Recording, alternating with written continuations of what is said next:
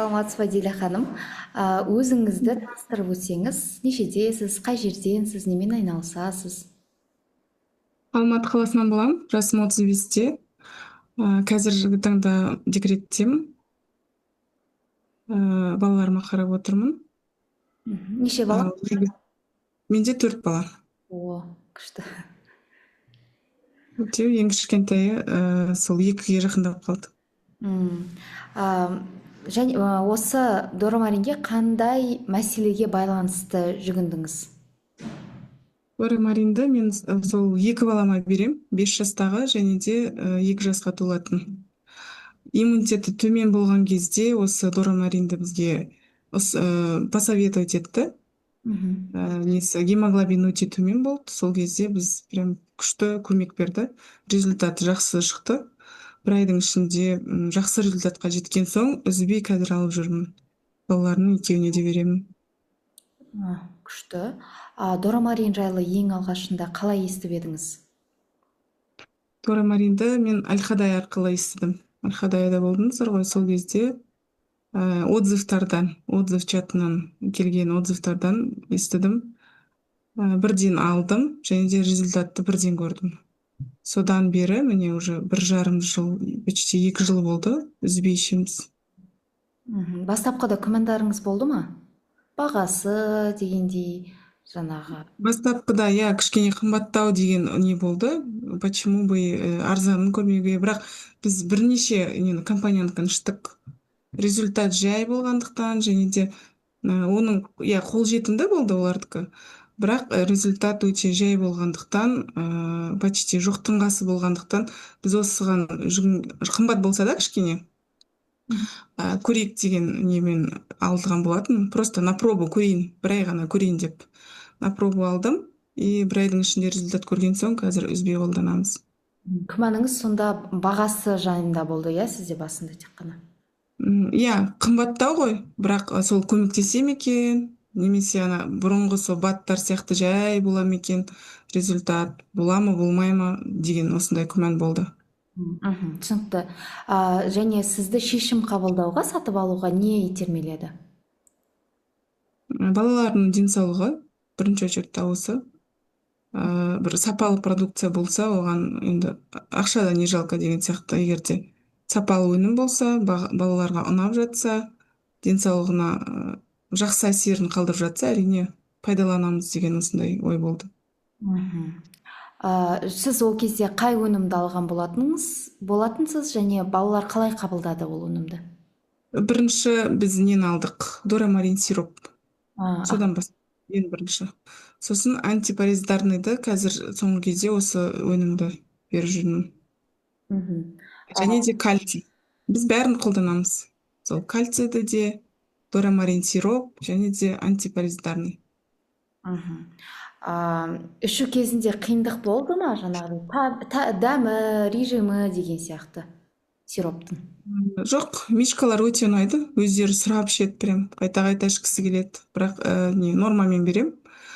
Сироп тоже басында не болды, бірақ басында ішпейміз деген үлкен қызым, 5-тегі қызым. Кішкене не болды, қарсыласу. Бірінші ішкенде ғана. Ары қарай уже неғып кетті, үйреніп кетті, дәмі де ұнайды өзіне. Ұнап кетті, ұнайды, негізі дәмі? Ұнайды. Курсты қолданғаныңызға қанша уақыт болды? Қанша жылдан бері бізді ішіп келе жатырсыз? Почти 2 жыл болды. Минус плюс почти 2 жыл болады скоро. Жаңағы 5 жастағы бала үшін алған болатынсыз да, алғашында? Сосын балам туылған кезде мен 1 айынан бастап бердім. 30 күн болғаннан кейін сиропты беріп бастадым. Не себепті? Біз балада не болды? Денесінде сары болды. Сарымен туылды өзі, желточный болып ше. Гипоксия болды, врожденная гипоксия. Сондай болды. Сосын сол 20 күндігінде мен мұрнын ағызып, кішкене ауыртып алдым. Больницаға апарып. Сосын витаминдер жазып берді, капли витамин, бірақ мен оны алған жоқпын, қолданған жоқпын. Сол кезде мен уже үлкен қызыма беретін Дора Марин сироптарды жақсы результат уже көріп жүрдім. Сондықтан балаға ойланбай бердім. Қазір бізде 1 жас 7 ай. Қазір үзбей беремін. Сонда Мишкаларды да жейді қазір, и сиропты да ішеді. 30 күндігінен бастап қазір 1-7 айға дейін ішіп жүр, иә, доромаринді Иә, сонда. иә, 30 күндігінен бердім, өйткені маған аптечный дәрілер берген болатын, антибиотик сияқты, и витаминдер берді, тоже капли витаминдер.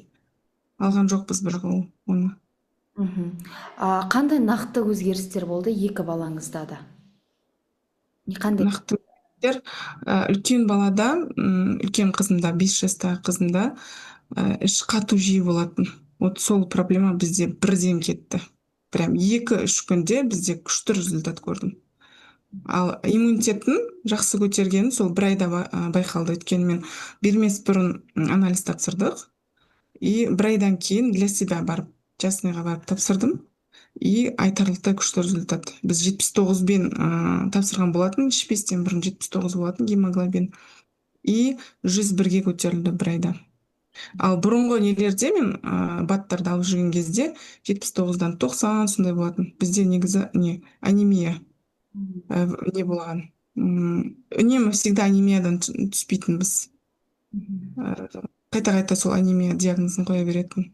Ауырып барған кезде, сол анализ тапсырған кезде, сол анемия, гемоглобин төмен, витаминдер қабылдаңыз деп, аптечный витаминдер беретін всегда. Үлкен қызыңызда, иә, бұл? Иә, үлкен қызымызда қазір 130 прям, 125, 130 мен арасында 2-3 айда бір не қыламын ғой, тексеріп қоямын для себя. 125-тен жоғары всегда, 125, 130 осындай стабильный. И іш қату жоқ. Ең главный сол бізде. Сосын қазір кальций алып жүрмін. Мен баламның тісі шығып жатыр, жақ тістері. Сол жақ тістеріне кальций алып жатырмын. Қалай Безіма жақсы шығу үшін. ішіп жатыр, иә? Мармеладты да Иә, жеп. ішіп жатыр, и прям қазір андай не пытырлап шығып жатыр, прям несі, бірінің артын бірі шығып жатыр тістері. Жақ Ұзақ тісті. болмай, иә, жарып. Иә, сол қазір температура ештеңе жоқ. Неде ше, обычно мен үлкен балаларда всегда температура, мұрын ағу осындаймен өтетін. Тіс шығатын кезде всегда осындай проблема болатын. Ешқандай не жоқ. Температура да жоқ. Сондай несі. Безболезненно өтіп отыр процесс. Керемет. Осы өзгерістерді қанша уақыттан кейін байқадым дедіңіз? Мен сол айтып отырмын ғой, неде гемоглобинді мен сол бір айда байқадым. Ал іш қатудан біз 3 күннің ішінде байқадым. 3 күн стабильно ішіп бастады ғой доромарин сиропты. Уже 3-ші күні прям. И қазірге дейін стабильно. Күнде таңертең не. Одан проблема жоқ. Ретке келді, иә, ішкі жүйе. Ретке келді, иә. Келесі сұрақ, сіз секілді, мысалы басында алмай тұрып, сіз секілді күмәнданып жүрген аналарға не айтар едіңіз? Мен айтар едім, ойланбай ала беру керек. Өйткені результат прям как не сияқты ғой. Сразу. Енді айтуға, маған да айтқан кезде, отзывты көрдім, мені никто не уговаривал негізі, ал деп ше. Отзывты көрдім, сосын бір кішкене не болды, бірақ сомнение ше. 15 мыңға алып, а что, если не будет результата дегендей. Сондай сомнение болды, бірақ бәрібір де көрейін дедім. И осы көрейін қазірге шейін міне. Рахмет айтамын Доромарин компаниясына, өнімдеріне. Прям таза, сразу действует. Осындай не жағынан прям жақсы қуантады. Қазіргі бағалары бірақ біз түсірдік қой бағасын. Иә, қазіргі бағалары енді 2 есе күшті. Қазір енді прям ойланбай ала беруге болады, прям несі 2 есе тегін, 2 есе төмендеткеннен прям қазір на расслабоне алып жүрміз. Керемет. Сіздің ойыңызша неге әр балаға уақытылы витамин беру маңызды? Қазір енді жеп жатқан тағамдарымызда ондай қатты не емес қой. Табиғи емес, бәрі жасанды. Сондықтан, мне кажется, әр ай сайын беріп тұру керек. Оны жақсы дамуына, мысалға айтып жатқан тістің өзіне, мысалға күшті көмектесіп жатыр. Тістің шығуына да, өзінің дамуына, есте сақтау қабілетіне.